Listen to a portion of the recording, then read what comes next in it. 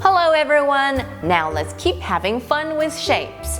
Today we're gonna make one more family member. That is your grandma. Ooh, I believe that must be very interesting. Hello, Mommy. No. This is your grandma. Grandma? Look! Grandma's hair is gray too. Grandma has gray hair. Let's start from the gray hair. And now we're gonna put the cute face right here. Grandma has round face. Grandma needs more hair on top of her head. Grandma, do you like your hair? No. Could you give me bangs? No problem. Here comes the bangs.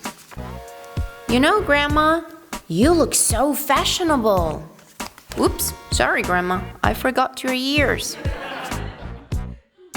Now, Grandma, look at me. Look, who is this?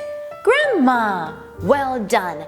You've made the grandma really nice. Oh, I love my grandma.